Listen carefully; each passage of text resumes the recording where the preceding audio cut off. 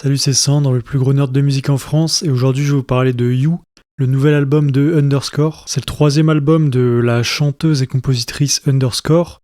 Donc c'est une artiste qui avait commencé à faire un peu de la techno, dubstep à l'âge de 13 ans. Et dans ce dernier album-là, You, elle retourne plutôt sur une vague EDM et encore dubstep. Et il sort donc le 20 mars 2026. Ce sera, je pense d'ailleurs, aussi le seul album que je vais critiquer cette semaine-là, étant donné qu'il n'y a pas vraiment grand-chose qui est sorti.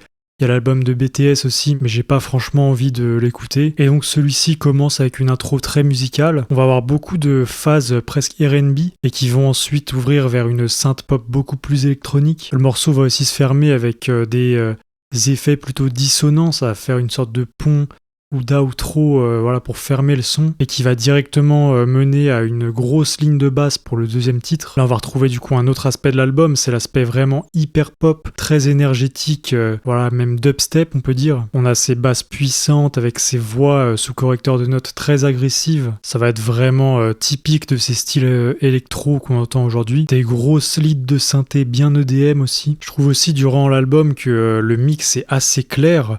C'est assez étonnant pour ce genre de style, parce que d'habitude on est habitué à beaucoup de saturation, de distorsion qui vont aller vraiment rendre le mix beaucoup plus sale.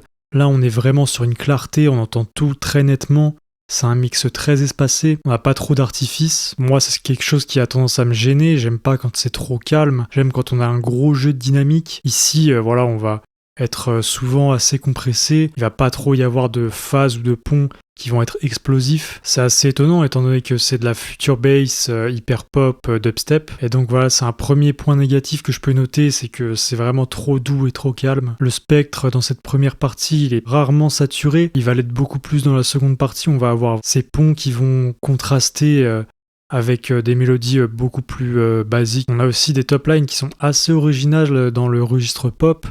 Voilà, on pourrait s'attendre à des top lines basiques type pop très classique, mais non, elle arrive quand même à renouveler assez souvent les mélodies pour que ce soit pas trop ennuyeux. Ça rend l'album rafraîchissement et efficace musicalement. On va avoir voilà, ces effets typiques de voix entrecoupées avec des effets de glitch pour créer des mélodies assez organiques et qui ensuite vont se mettre à synthétiser pour créer des basses comme dans The Peace avec beaucoup d'effets qui vont aller s'accumuler sur ces voix. Ça va faire une sorte de basse à la fin. Il y a beaucoup de techniques de mix dans cette première partie que j'ai beaucoup aimé comme ça. Globalement, c'est quelque chose qui sert beaucoup à l'album. Ça rend vraiment le tout intéressant et beaucoup plus original que un simple album de pop classique. Là, je trouve qu'elle s'éclate beaucoup plus. On a beaucoup plus d'énergie. On a aussi un côté rap dans certains morceaux plus hyper pop. Donc voilà, ça représente aussi l'énergie du projet. Et puis ensuite, on passe à la seconde partie, donc avec les morceaux comme Love Field, qui vont être beaucoup plus classiques, beaucoup plus génériques, qui voilà, va certes fermer sur une intro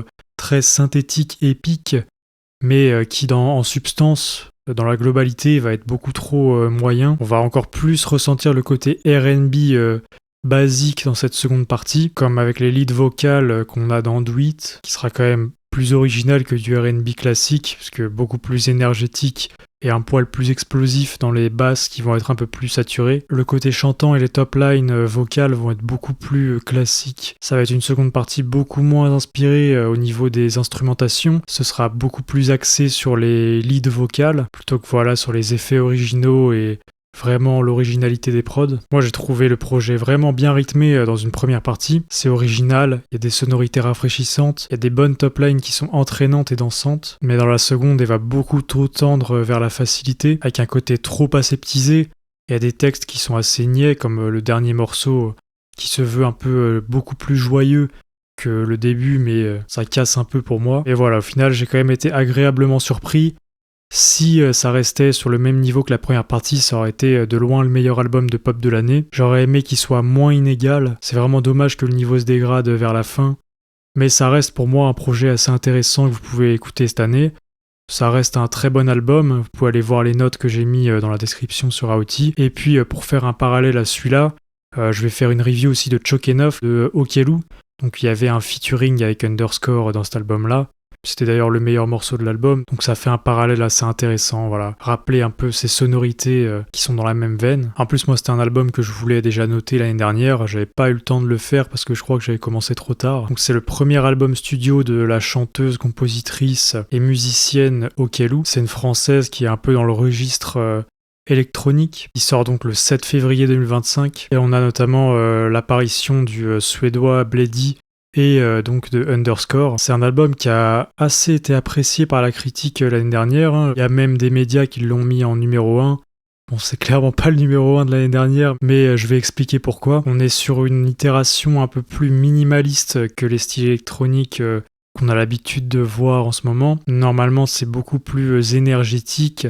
On va avoir beaucoup de jeux de basse qui vont aller créer cette distorsion, toujours remplir le spectre avec la compression à mort.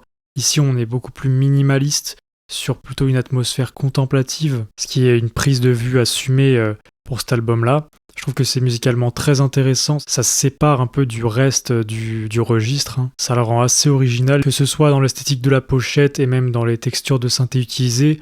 On est très Y2K, on est très années 2000, on ressent l'esthétique et l'atmosphère à travers tout l'album. Et on a beaucoup de morceaux drumless ou des morceaux avec des batteries qui vont être très secondaires en fait. Ça va vraiment être la mélodie, la lead synthé qui va être la plus importante. Je trouve ça intéressant parce que ça apporte plus de dynamique. On va vraiment avoir des mix où on va complètement dans la balance avoir des différences de volume assez intéressantes. Donc on retrouve des synthés mais aussi une trompette qui va être assez récurrente vers le milieu de l'album.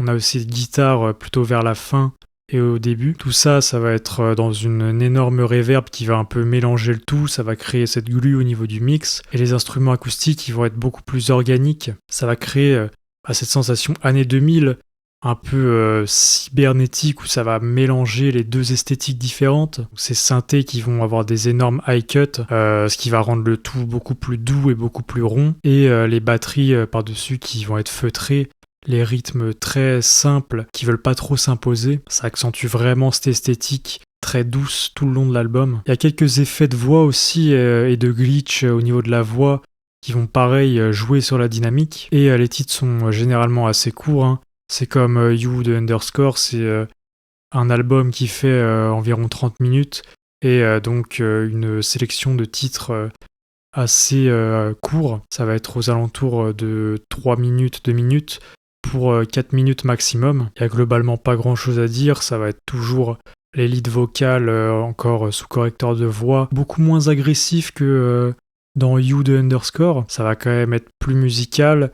On va avoir le tout dans le mix ultra réverbéré, comme je l'ai dit, 13 années 2000. Et ça va créer une cohésion aussi et une égalité entre les titres. Il va vraiment y avoir une tracklist très homogène. Les morceaux vont un peu se ressembler. Ensuite, on a les feats qui vont apporter de la variation. Et c'est globalement cette vision minimaliste, texturée, un peu aquatique, qui va vraiment rendre l'album intéressant cette année-là. Pour moi, ça vaut le coup de l'écouter. Je pense que Okello peut encore bien évoluer dans sa carrière s'il nous propose des sons plus axés sur les rythmiques. Là, ça rend le tout trop calme et on n'est pas vraiment marqué par l'écoute de cet album. C'était vraiment trop axé sur l'esthétique plutôt que sur la musique pure. Il y a quand même un potentiel qui s'en dégage, hein, ça se sent direct. Et pour moi, c'était clairement pas le meilleur album de l'année dernière. Je l'ai d'ailleurs trouvé moins bon que You de Underscore. Je l'ai quand même trouvé bon. Même presque très bon. Pareil, il y a la note dans la description sur AOT si vous voulez aller voir. Et voilà, je recommande d'aller l'écouter. Je pense qu'elle a encore des grandes choses à faire dans le futur. Et je vais globalement m'arrêter là sur ma critique. Si ça vous a plu, je vous laisse vous abonner. Et moi, je vous retrouve à la prochaine.